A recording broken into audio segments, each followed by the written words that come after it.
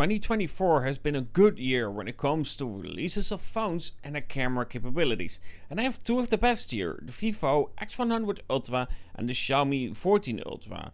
Two very similar phones, but also phones that have a very different approach when it comes to photography. Now I'll compare these two before, with the Vivo X100 Ultra being new at that point and with the Xiaomi 14 Ultra being in not the greatest state it could be. So, after the updates, how do they stick up against each other now? How do they compare, and which one should you choose? That one is hard to answer because, simply put, as always, preference really matters in a comparison like this. But let's do it a little bit in a different way. Normally I showcase pictures next to each other, this will still be the case, but I want to showcase the experience as well between these two, because that definitely matters when it comes to a comparison between these two. Either way, let's dive into the video and showcase which one you should get between the two, even though I cannot really give you an answer, because preference matters. Now often, when it comes to comparisons between two different phones and their camera, we discuss how they stack up against each other with just images in auto mode. But there's very little conversation about the difference in terms of experience of shooting with both of them, and very little showcase of different styles that they have compared to each other. Because simply put, I cannot compare a black and white shot with, for instance, a vintage style shot from a technical aspect. But there is so much more to it than just that. But today we move to Paleis het Loo in Apeldoorn in the Netherlands, after a quick stop at this home where I really liked the way that the sun was hitting it and the shadows it created, and using the main sensor and 3.2x zoom on the Xiaomi and 3.7x zoom on the Vivo. I will say, in this shot I like the moss look more on the Vivo, including a bit more warmth to the shot. Was this necessarily how it looked in terms of warmth? No, but I do like it in this case. Now that I am at Paleis het Loo, there are old cars where the king and queen used to drive around with, and of course some other people as well that were important. And in this case, because they are old cars, I'm playing around with styles, including black and white, that the Vivo now also has, which it didn't have on, for instance, the Vivo X90 Pro. Now with both the Vivo and Xiaomi you have different styles. With the Xiaomi I often choose high contrast, and with the Vivo I choose Xiaoshang filter. I am probably butchering that, but you also have of course a silent, which is a bit more muted in terms of effect. I will say, while both have a black and white look, the Xiaomi looks older, where the Vivo has a bit more of a punchy contrast between the black and white, really making the car stand out, next to the sharpening of course. And of course there are more styles. Here for instance I'm using a western movies kind of style on the Vivo, where I use Leica sepia on the Xiaomi. And for those who want to see a normal approach, here is a direct comparison between both of them, having a very different look. But I will say the Xiaomi is the more natural out of the two, a better representation of how it actually looked, where the Vivo makes the car stand out more, with of course a bit more sharpening. But with the Vivo, you can adjust the sharpening. Now with this carrot shot, what I really liked is the contrast between the black and the wood itself. And I will say again, both are very capable, but I do prefer the Xiaomi. It's a bit softer and it feels a bit cooler compared to the warm look on the Vivo. When closing into it, the Xiaomi does however have a very different look compared to the main sensor, where the Vivo is very comparable to the main sensor, showing a better tweaking between different sensors in terms of the Vivo, where the Xiaomi needs to work a little bit on that.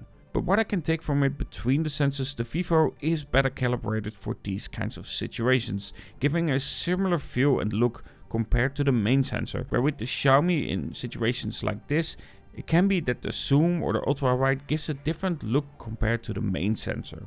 And I'm truly happy that with the Vivo we now have that black and white. Sure, it's very different than you get on the Xiaomi, but which one you prefer depends on your preference, and both having their unique style and approaches really makes it fun to shoot with both of them, giving a very different result but a very similar experience when shooting with both of them. Though I will say, what I also noticed, if you use the trick of using portrait mode on objects, the Xiaomi does do that better, with a better understanding of the depth itself and better detection on what should be blurred and what should not be. And yes, for both of them I press the location that I want to focus on, and noticeably sometimes the Vivo is a little bit of a hit and miss compared to the Xiaomi itself. Now outside with one of the interests to Paleis het Loo, here using the main sensor and ultra wide on both of them, using a regular mode with no styles and just textured versus authentic, because they are very comparable, and that's what I'm basically using the whole time in this comparison between the two. The difference in view is pretty big. I would say the Xiaomi captured the look a bit better. Both, however, have a really nice shadow without trying to remove the shadows. That allows depth in the shot. And also more noticeable while outside is that with the Xiaomi 14 Ultra we do get a wider ultra wide compared to the Vivo itself. And the color calibration is better between the main sensor and the Ultra right now compared to what it was for the 14 Ultra inside. Now I'm gonna do a raw shot here with both of them so I can showcase like the capabilities of it are, but raw is hard to showcase because DNG files are not supported on Premiere Pro. But we're gonna try. Now I will say RAW is hard. As stated, it doesn't support DNG files on Premiere Pro. I will however give those RAW files to members of this channel. I will put a link in the community note where you can check those out. But what I did in this segment is import the RAW files into Lightroom and then export them as JPEG. This does mean that the file is limited. It doesn't have the same amount of data as the DNG file that you would get because it's a compressed file. But it does showcase the difference in approach, and I used out of both of them with the Vivo and Xiaomi to try to make it as clear as possible in terms of difference of approach. Now with the Xiaomi 14 Ultra you can combine RAW with a 50 megapixel mode. However, this is only for the main sensor. It doesn't have that for the supporting lenses. Where with the Vivo X100 Ultra you can use that high resolution on both the main sensor and the periscope. And while we are talking about RAW files, here's also a short comparison between log recording. Keep in mind, the Vivo X100 Ultra is limited to 4K 30 frames per second, where the 14 Ultra can go up to 60 frames per second. However, for both you can only do that with the main sensor and not on the supporting sensors. 4K 60 frames per second, both. You can switch to different focal lengths. It's quite windy. Of course, by default, zooms in 10 times. It's 5 times. Let me both 10 times. Imagine the cost that you have to pay to maintain this stuff. That's gonna be really, really high. Also, front-facing camera test. Now, with RAW and log video recording out of the way, let's continue with normal pictures. I will say in shots like these, the Vivo handles balance better. Sure, colors are a bit more punchy and a bit brighter, but it does have better exposure levels compared to the 14 Ultra. But what I also really want to address, and I've heard a lot of questions about, is macro photography. I will say from the get-go, capturing macro on the Vivo is easier. From the way that you start it alone, it is nicer, to the way that you zoom into the shots is also better, allowing more light to hit the subject, which is really important for macro photography. And with just a 2x zoom on the Xiaomi, the phone will block some of that light. That is so important. That being said, I think in terms of results of macro photography, the Xiaomi looks more pleasing, shots are more detailed and it captured the feel much better compared to the Vivo. Even though it does have a bit of over sharpening in some cases, I feel like the macro simply is better on the Xiaomi. But the Vivo does have a bit more blur to the background, but it also feels like it has less wide field of focus. So result wise, I say Xiaomi is definitely better. Shooting wise, it's Vivo.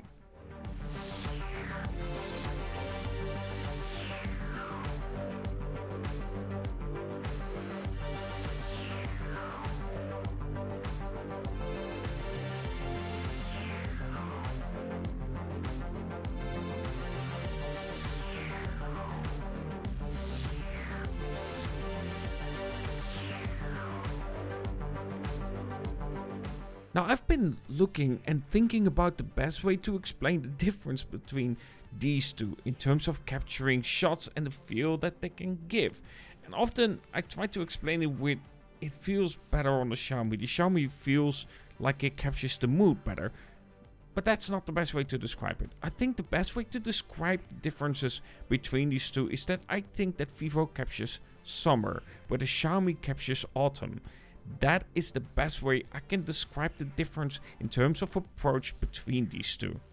Now of course, naturally, no surprise at all, the moment that I move inside for the first shot, telling you about the difference of approach and feeling more autumn on the Xiaomi and more summer on the Vivo, This is a shot that surprised me. Normally in these kinds of situations, the Xiaomi I would rate really high.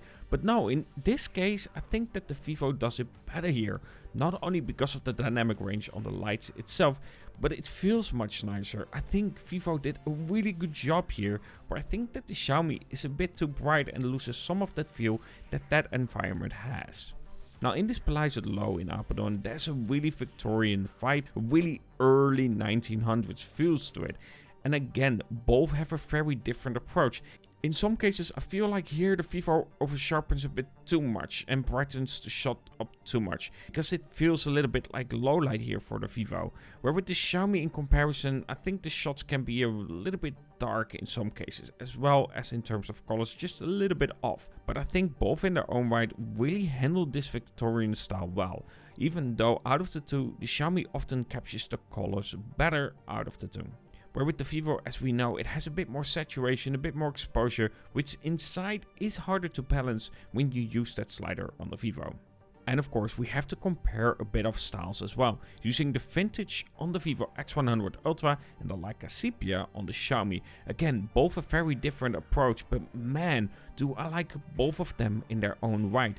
The Leica Sepia really lands well with giving that older vibe, so I made some shots and added them with some effects on top of the Xiaomi. I really like how it gives that old school vibe, even though naturally of course it does have better balance in terms of exposures, and old photos didn't really have that. But that's a big part for both of them, playing around, changing styles, that really makes phones like this so much fun to capture, and that's a hard segment to showcase that expression on how good both of these are. Beside the normal auto mode, it's something that you really have to play around with these phones, and I think that's a level that is often forgotten, because that's the part of the fun of it. A reason why I didn't like the Pixel was because I felt like I just had very little room to play. Yeah, from a technical standpoint it was really good. In terms of what you get, in terms of result and trustworthiness, yeah sure, it's really good. But in terms of feel, in terms of allowing me to play around with it, the Pixel felt boring. And it's not always about being able to capture the technical aspect of a phone. It's also about capturing the feel and playing around with different styles. And I think both the Vivo and the Xiaomi do that really well in their own way. Now in this hallway I really like this shot as well. Now again, I will say Xiaomi captures the feel better, where the Vivo feels a bit too balanced with the shadows, and the roof here as well being a bit more exposed compared to what you get on the Xiaomi, feeling a little bit more flat. But both are easy to shoot with and capture these styles well, including again using different styles like vintage, black and white and Leica Sepia. And in terms of that, these phones are just on par. Now this is a bit hard to capture and showcase how I tried to capture the shot itself, but I really love this light in terms of intricate details that you get on the light itself. But in terms of main sensor, I will say that the Vivo did better here as well as on the ultra wide. The light blends a little bit too much on the Xiaomi, making it stand out less, where that really should be the focus point, and I think there the Vivo really did that better.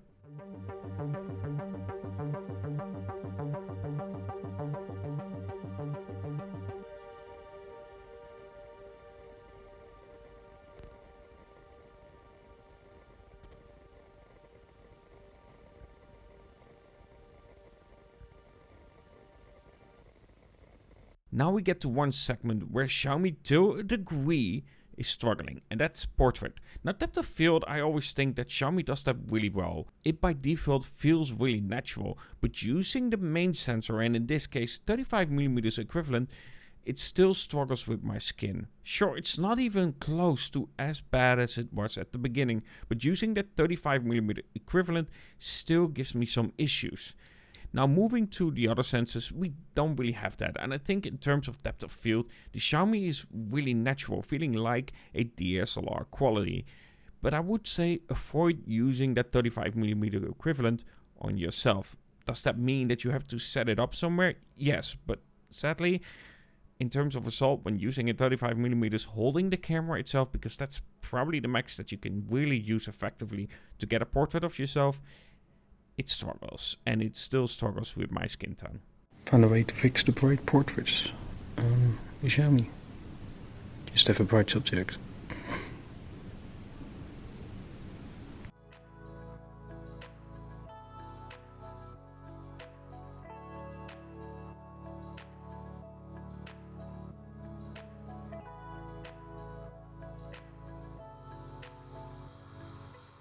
So at the end, it's no surprise that still it's really hard for me to pick between the two.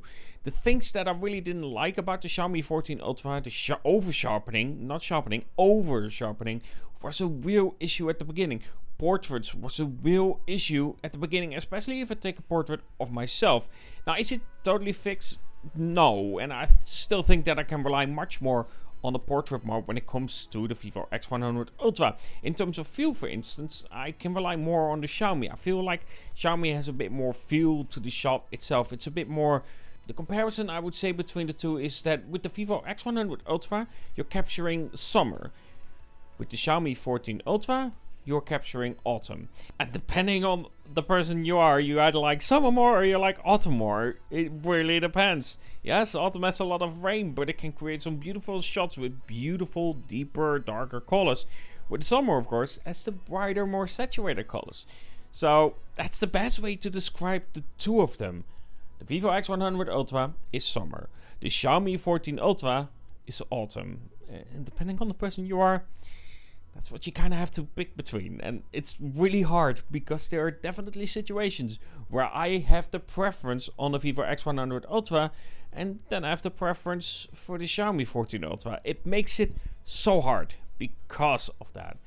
And therefore, I still cannot pick between the two. Because right now, Vivo is my main device. Within a few weeks, I'll probably go back to the Xiaomi. Simply because I like both of them in different situations. At the end, I hope this kind of comparison helped out, because simply put, it is hard to compare phones like these when preference really comes to play. I'm not looking at photography from a technical perspective. I'm looking at it from a feel, from a vibe that you get from the shot itself, the possibilities to play around with it, the possibilities to have different styles like black and white or use filmic mode or anything like that. That's something that I look at, and both of these have those capabilities and both are really good at it, but just in their own right. Either way, if you are interested in either of these phones, I will leave a link in the description. It's affiliate for Trading Shenzhen. I hope I'm saying it correctly, but you can check them out in the link in the description, and you do have EU warehouses as well. So if you buy it from the EU, you shouldn't have to pay import tax as well, which is of course one of the reasons why I never used it, because before, when it wasn't EU warehouses, you had to pay import tax, and well, when it comes to those postal offices, you never know how they go about it. Either way, I do hope that you enjoyed this video. I hope it helped out. Either way, you can also become a member on my channel. I really do appreciate it if you did. These people already are, so thank you very much for becoming a member. I really do appreciate it. Thank you from the bottom of my heart. Either way, let me know what you think about this comparison, which one has your preference, and of course, if you aren't subscribed yet, don't forget to subscribe, like and everything. And talk to you guys in the next